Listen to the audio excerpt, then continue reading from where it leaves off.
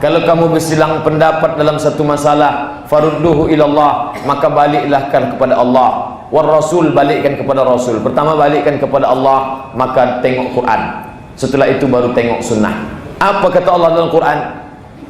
Wallati takhafuna nusyuzahunna, perempuan-perempuan yang kamu khawatir mereka melakukan perbuatan nusyuz, melawan durhaka, maka langkah pertama fa'izuhunna, nasihati dulu, kasih nasihat.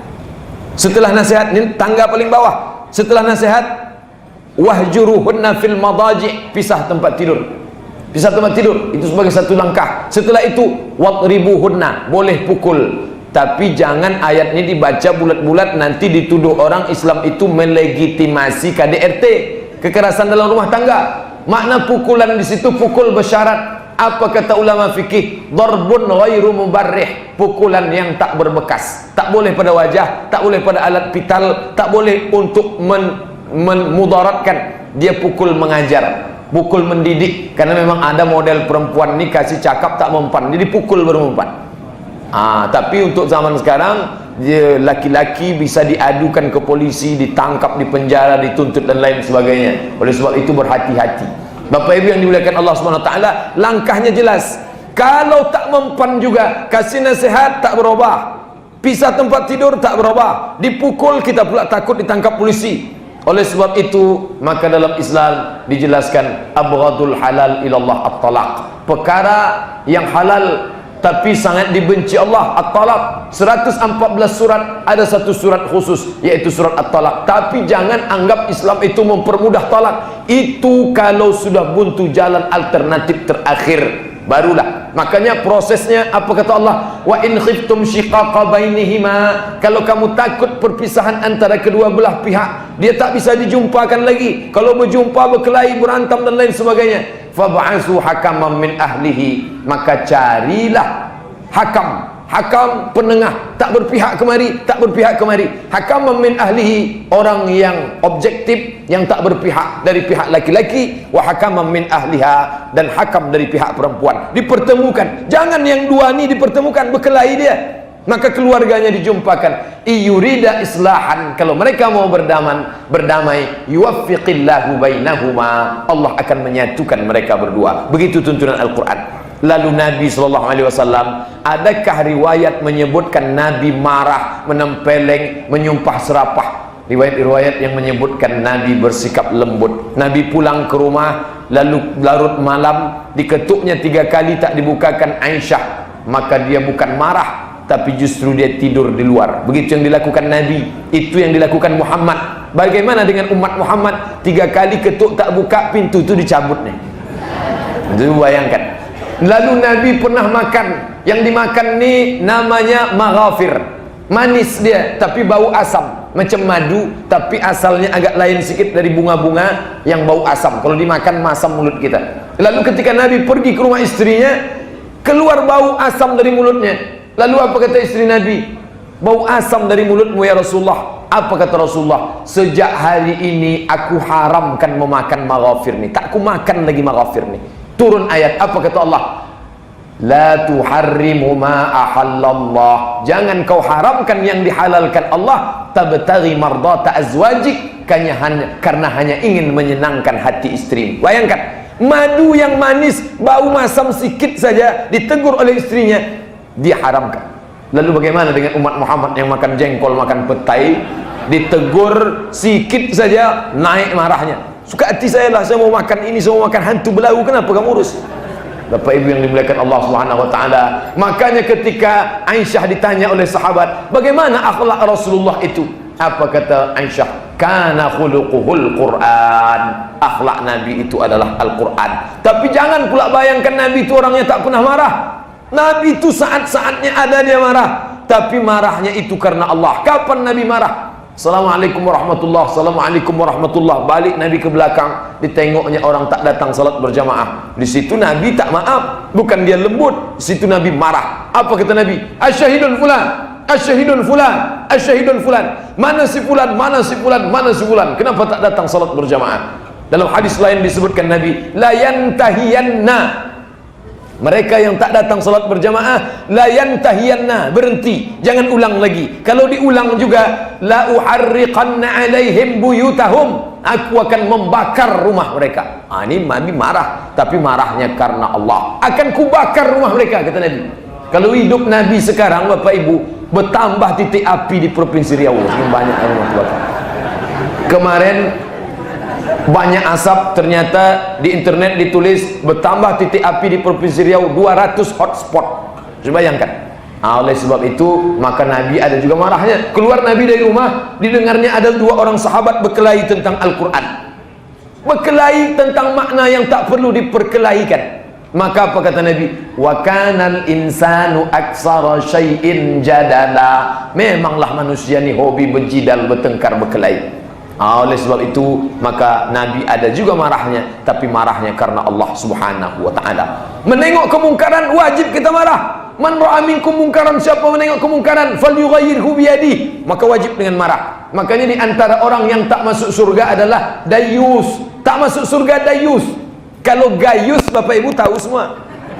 Ini yang dalam hadis ini dayus. Siapa dayus itu ya Rasulullah? Apa kata Rasulullah? Allazi la yagharu ala maharimihi, orang yang tak cemburu kepada mahramnya. Istrinya keluar rumah membeli sayur, pakai baju terbuka aurat, dia diam saja. Ini marah, ini mesti wajib marah. Masuk kamu ganti baju, terbuka bajunya. Apa baju yang dia pakai? You can see. You, kamu, can bisa, see menengok. You can see, kamu bisa menengok ketiak bini saya. Na'udzubillah. Itu wajib marah. Malam minggu datang laki-laki tak mahram mau membawa anak gadis kita. Pak, saya bawa anak gadis bapak ni ya. Bawalah, ahlan wa sahlan, welcome, silakan. Itu masuk dalam kategori orang yang wajib marah. Tapi kalau marah tak menentu arah, itu pula tak betul. Oleh sebab itu Islam bukan memutus marah, bukan menggunting marah, tapi menempatkan marah pada tempat. Wallahu a'lam. 132 di situ disebutkan apa kata Ibnu Abbas, saya tahu Nabi dan sahabat selesai sholat ketika saya mendengar suara takbir, Allahu Akbar, Allahu Akbar, Allahu Akbar. Seandainya suaranya dalam hati, mana mungkin Ibnu Abbas bisa dengar? Atau seandainya Nabi sendiri, suara orang satu, mana mungkin bisa dengar? Tentulah suaranya ramai dalam masjid. Allahu Akbar, Allahu Akbar. Barulah dengar Ibnu Abbas di luar masjid. Syekh Utsaimin ditanya, apa kata yang menanya? Ya fadilatul syekh, ma hukmu rabb as-saut fi dzikri aqba shalah? Apa hukum mengangkat suara waktu zikir setelah salat? Apa jawab Syekh Utsaimin? Sunnah. Sunnah. Syekh Utsaimin mengatakan sunnah. Dalilnya Syekh, dalilnya sama macam dalil yang saya sebut. Diambilnya dari hadis Ibnu Abbas dalam Sahih Muslim, Bukhari dan Muslim. Lalu kemudian bagaimana dengan ayat yang Allah menyebut Wadhkur rabbaka fi nafsika, sebutlah Tuhanmu dalam dirimu, tak boleh keluar. Wadhkur rabbaka, sebutlah dirimu fi nafsika, dalam dirimu, tak boleh kuat-kuat, tak boleh la ilaha illallah, hanya dalam diri. Ini dijawab oleh Imam As-Suyuti rahimahullah. Imam Suyuti punya kitab judulnya Natijatul Fikri fil Jahri bil Dzikri, khusus dia bahas masalah zikir. Pertama kata dia, ayat ini turun di Makkah. Wa qurrabbaka, ya Muhammad, sebutlah Tuhanmu fi nafsika, dalam dirimu, jangan kuat-kuat. Kalau kuat nanti datang Abu Jahal, Abu Lahab bawa pedang dipancungnya kepala. Kira-kira kalau kita zikir di Masjid Agung ini kuat, ada tak Abu Jahal datang mancung? Tidak, tak salah. Yang kedua, ayat ini berkaitan dengan ayat sebelumnya. Apa ayat sebelum ayat ini? Wa idza quri'al Qur'anu fastami'u lahu. Kalau Quran dibacakan, dengar baik-baik. Wa ansitu, diam. Artinya gabungan antara ayat ini dan ayat sebelumnya.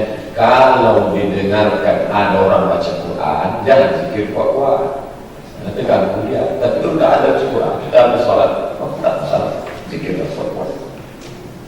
Dalil yang ketiga, sebagian ulama menyebut bahwa ayat itu ditujukan untuk Nabi Muhammad. Wal rabbaka, sebutlah Tuhanmu ya Muhammad fi nafsika, dalam dirimu. Itu untuk Muhammad karena dirinya sudah selamat dari was-was. Adapun umatnya itu disuruh kuat untuk mengusir was-was setan. Sedangkan kuat aja setannya tak pergi apa lagi.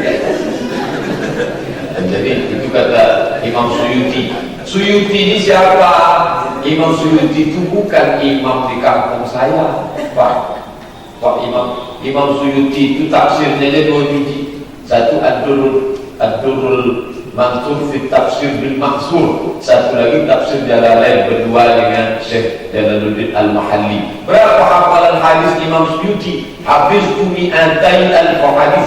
Aku hafal 200.000 hadis. Law wajadtu aksara min dzalika la hafiztuha. Kalau aku dapat lebih dari itu aku akan hafal juga. 200.000 hafalannya. Dia membolehkan zikir jahat. Tahu-tahu ada yang hafal hadis 10 itu pun ingat ujung lupa pangkal. La haula wala quwwata illa billah. Jadi balik kita baca pendapat ulama yang berkaitan dengan ini. Ada pun tentang zikir beramai-ramai, apa dalilnya? Halaman 137 dari mulai ayat Quran sampai dalil 138. Hadis yang pertama nanti Bapak Ibu baca karena kita buka tanya jawab. 1 hadis, 2 hadis, 3 hadis, 4 hadis, 5 hadis. Hadis tentang keutamaan zikir beramai-ramai, hadis ke-11 halaman 147. Cukuplah 11 hadis. Karena makin banyak nanti, makin tebal buku ini, makin tinggi ongkos cetak.